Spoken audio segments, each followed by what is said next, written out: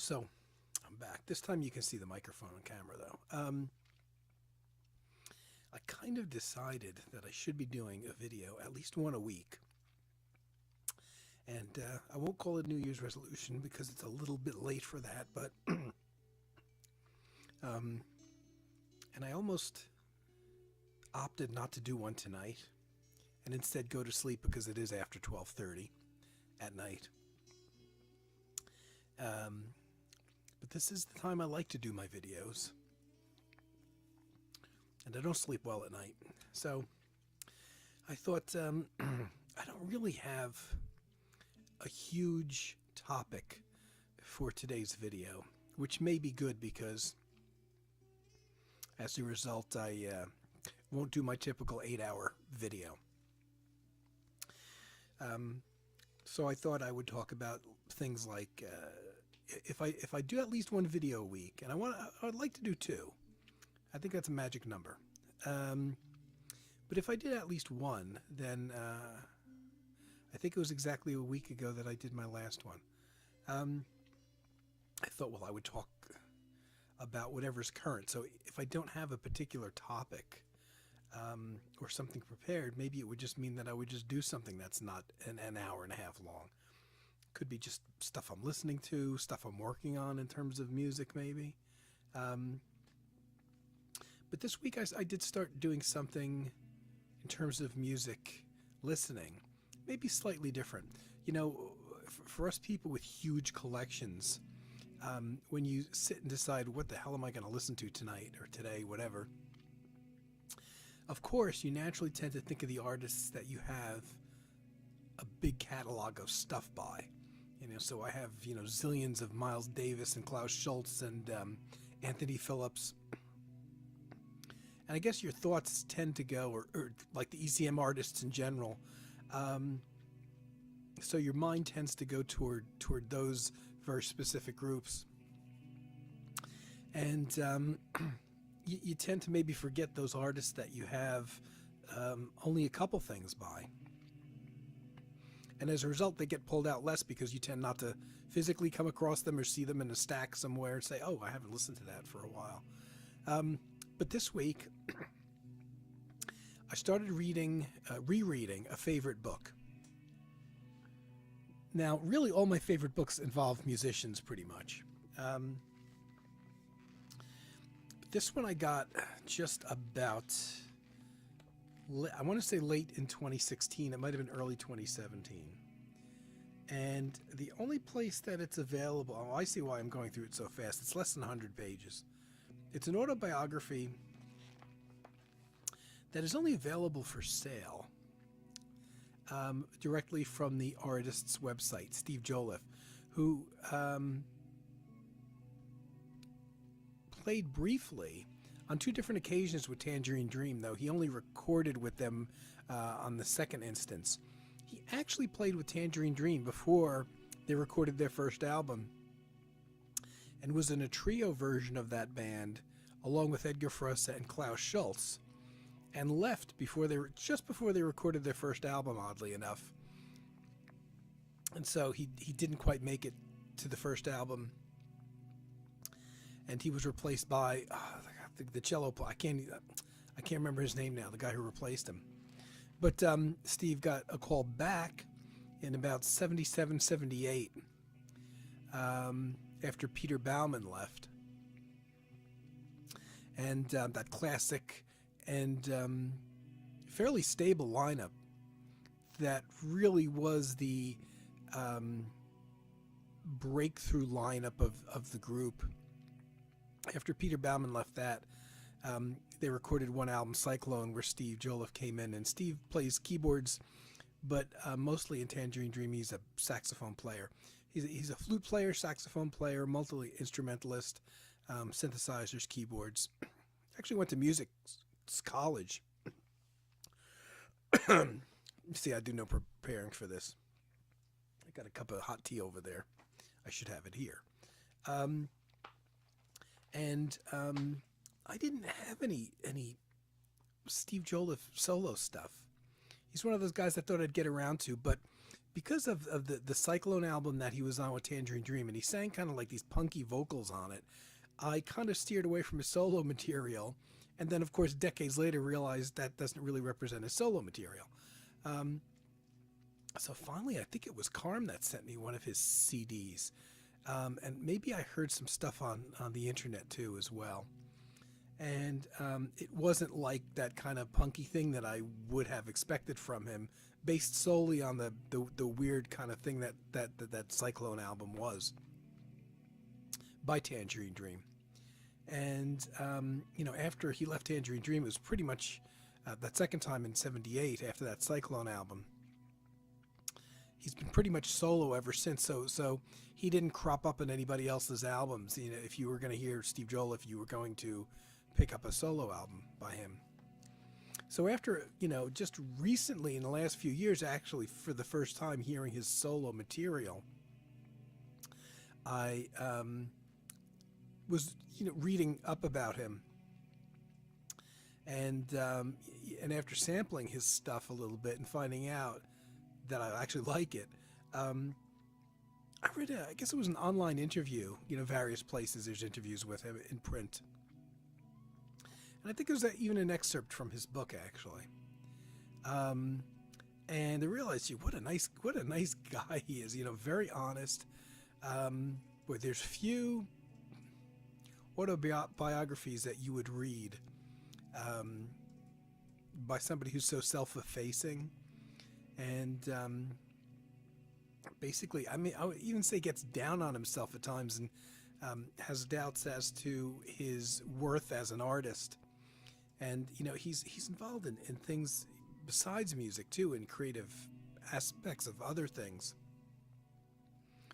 And you find out how truly talented he really is. So the book is a self-published thing. It's only 100 pages, but I have to tell you, there's not a page that I don't love on this thing. Most autobiographies or biographies obviously start at the beginning with the artist as a young person, and in most books that tends to drag. I know I've got biographies, actually autobiographies written by musicians that for some reason they thought they would go back and trace their entire family heritage, and they're talking about totally non-musical things, and these are musician autobiographies. And they're talking about the grandfather in World War I and their father's various non-musical things. And I have this credo that I live by. I never skip over any of this stuff, no matter how boring it is. It's like when I listen to music, when I put on an album, no matter how well I know it, and if there's tracks on there that I just hate, I still listen to them. I still go through them. Same thing with a book. No matter how boring it is, at the beginning, I won't skip over it. So, some of these autobiographies, like I said, they go back into their grandparents and things that have really nothing to do with them or their career, and doesn't really influence their life in any way. And it's like, why are they including this stuff? And even a lot of the early stuff when they're young, unless there's specific interesting events or funny stories or something like that, a lot of times the introductory stuff is a drag, at least until they start to get into their in the case of musicians' biographies, their musical influences, the first bands that they play when they pick up an instrument finally or whatever. But that wasn't the case with this. Well, maybe it's because it's a fairly condensed thing.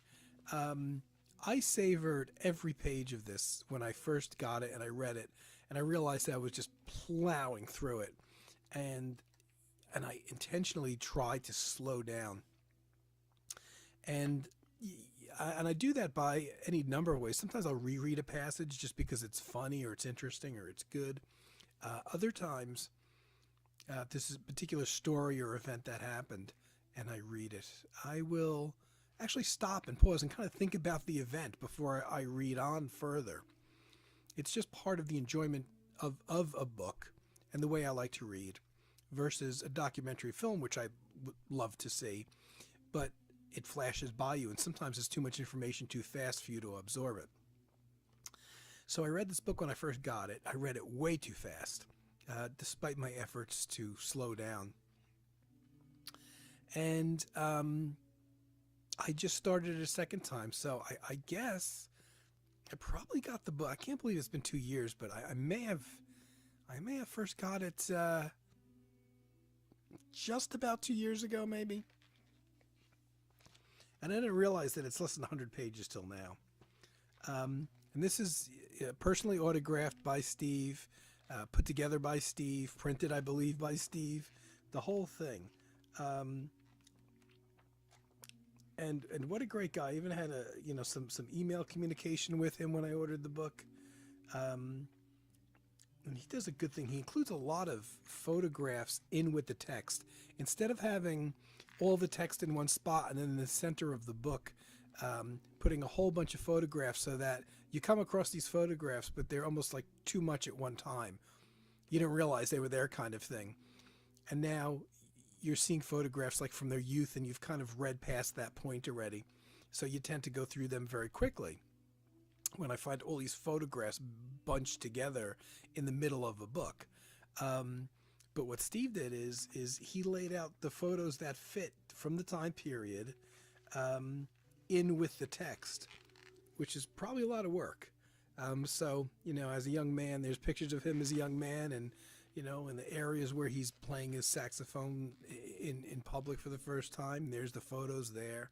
Really great, and a great guy. He sent, where does he live? I think he lives, I forgot. Either England? I want to say England, because he is British. Yeah, it must have come from England. So there's a little bit of a shipping, obviously, expense there. But it's not the cheapest book I've bought, but I kind of like the fact that all the money was going toward Steve directly, and that it came right at, as far as I can tell, right from his home. He sent a CD with it as well of his music, personally signed the book. And I love autobiographies anyway.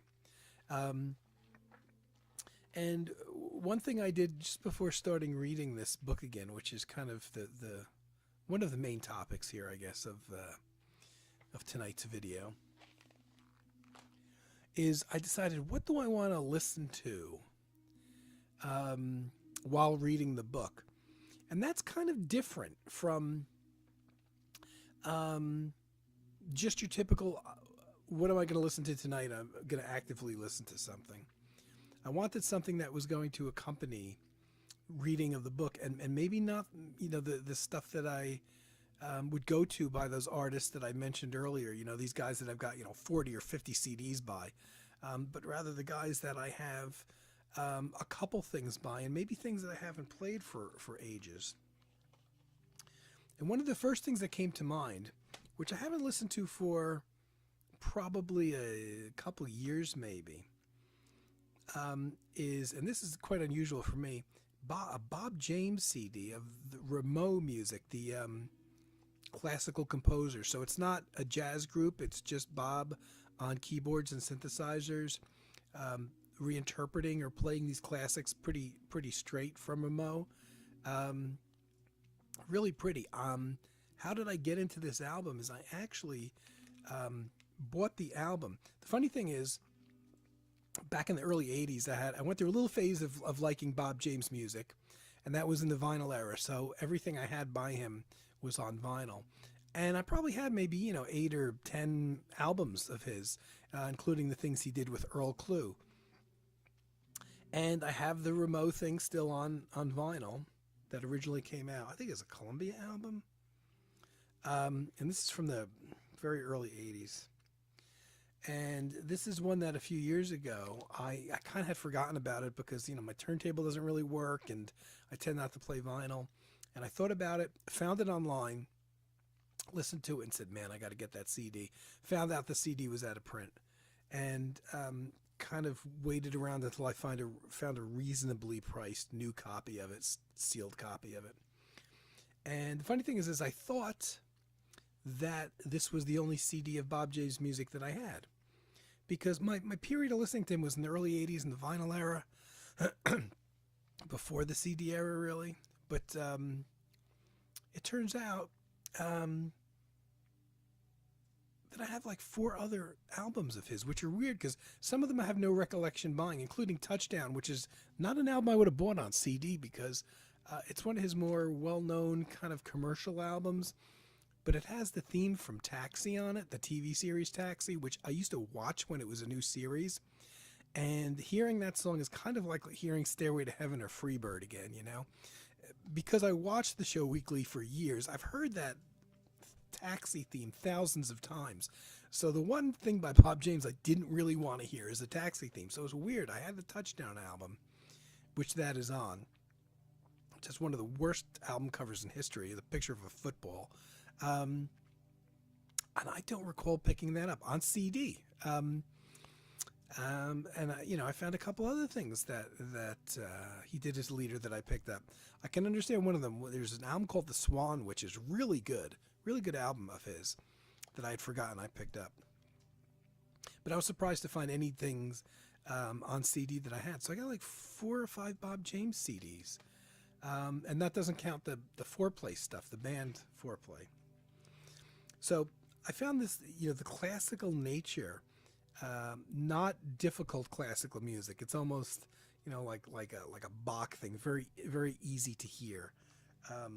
That was good background, good kind of reading music.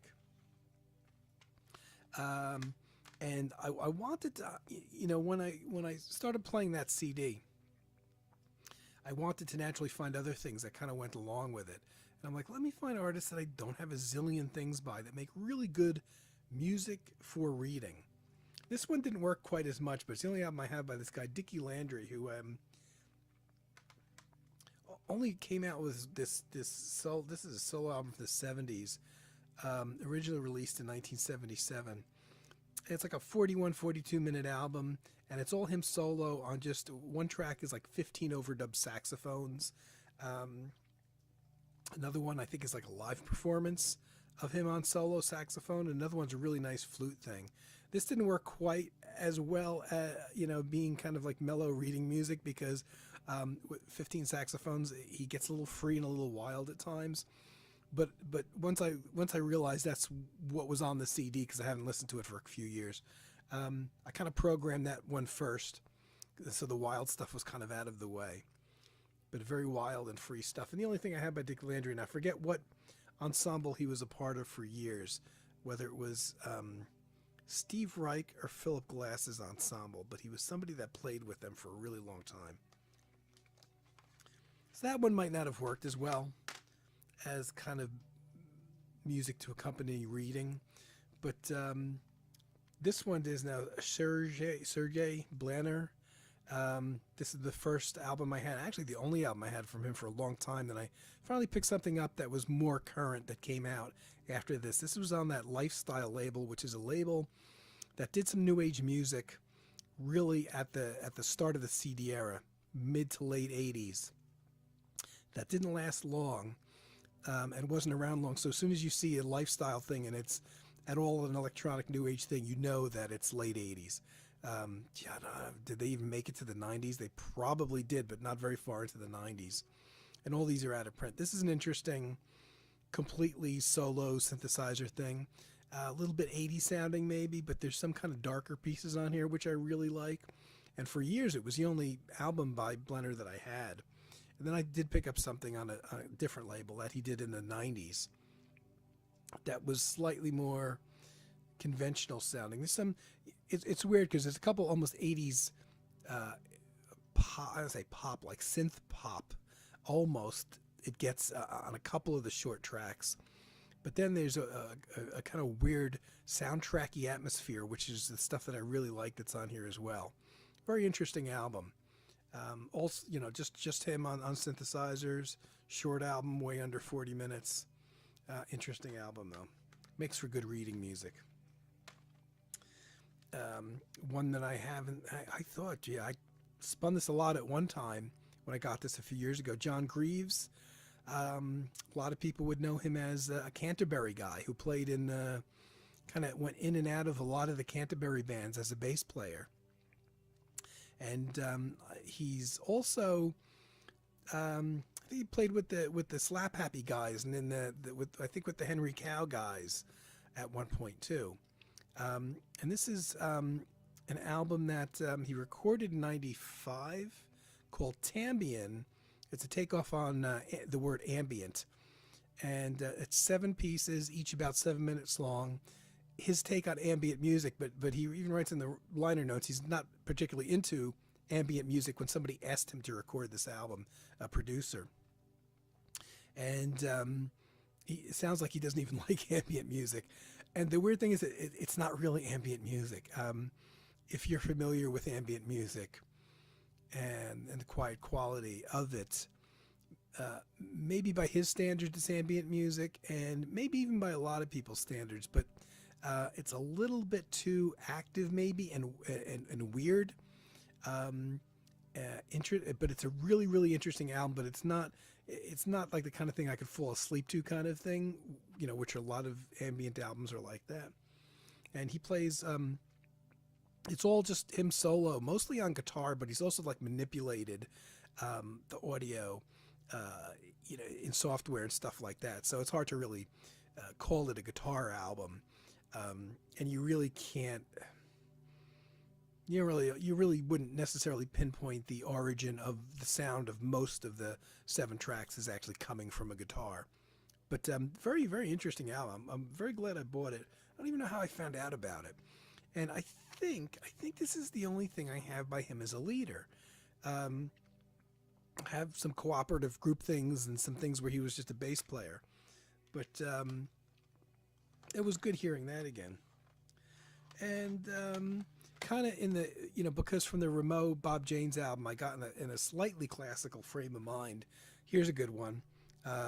Taze Van Leer, Introspection 2, which is just him playing classical pieces on flute.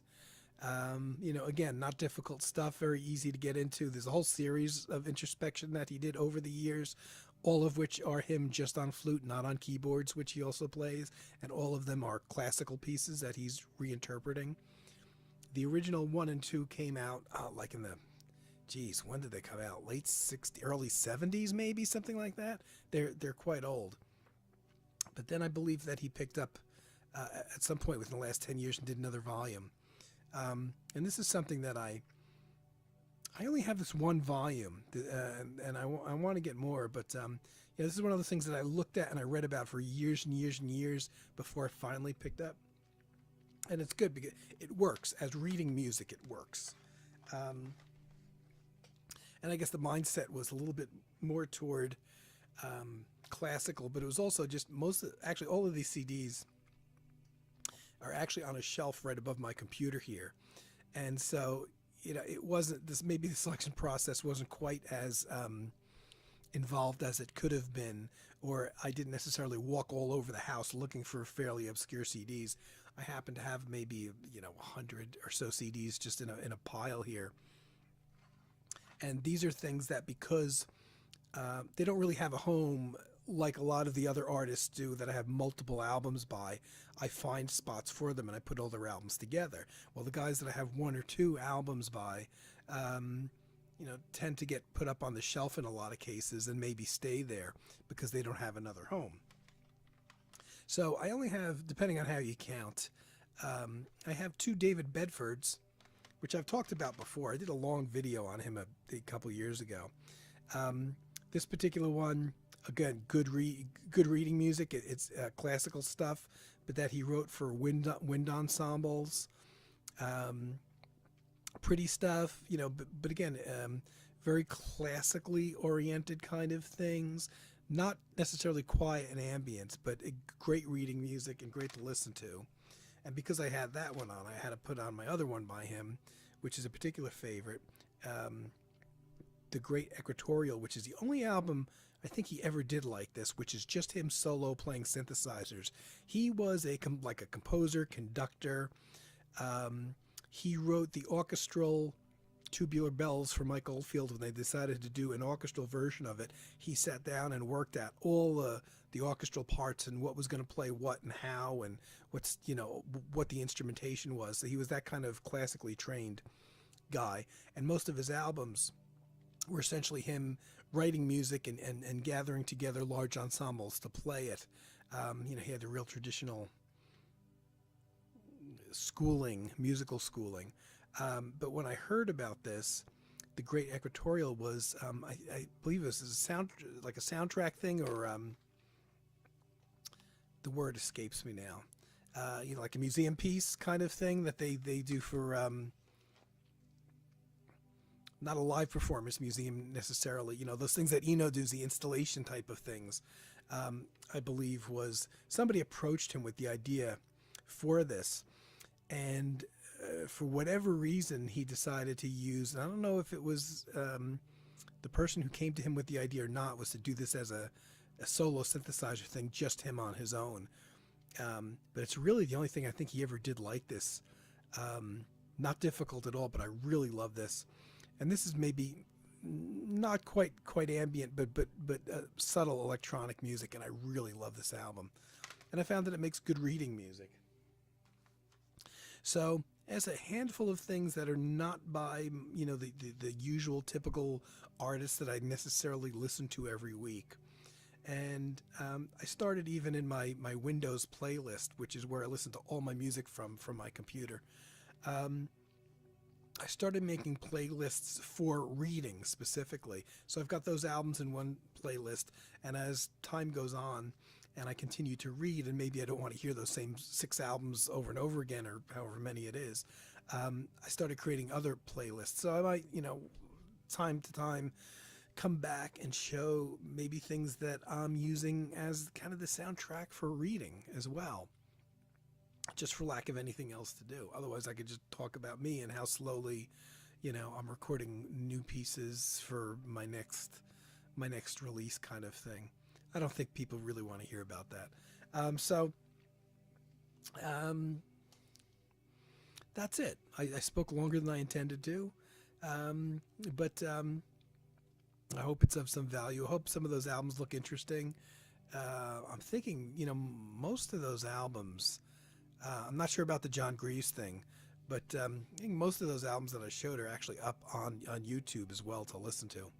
So, late Saturday night, well, actually, no, it's Sunday morning. It's early Sunday morning now. We got snowing outside. There's a snowstorm, really, I think the first one of the year. We had some in November, a few inches in November that obviously, because it was November, melted pretty quickly. But now we're getting into January, and mid to late January, and we're definitely due for snowstorms. There's some icy mixed in because I can hear the ice hitting my window, so it's like a slushy, icy, snowy mix in there. So we'll see. We've already gotten a couple inches, and so I guess it's going to be cold for the next few days. All right, folks, I'm going to sign off. It's late Saturday night. I'm going to go do some reading, and hope everybody's doing well. And I will be back at least within a week. I'm going to try to keep this going on a weekly thing, okay? All right, guys. Take care, and I'll see you soon.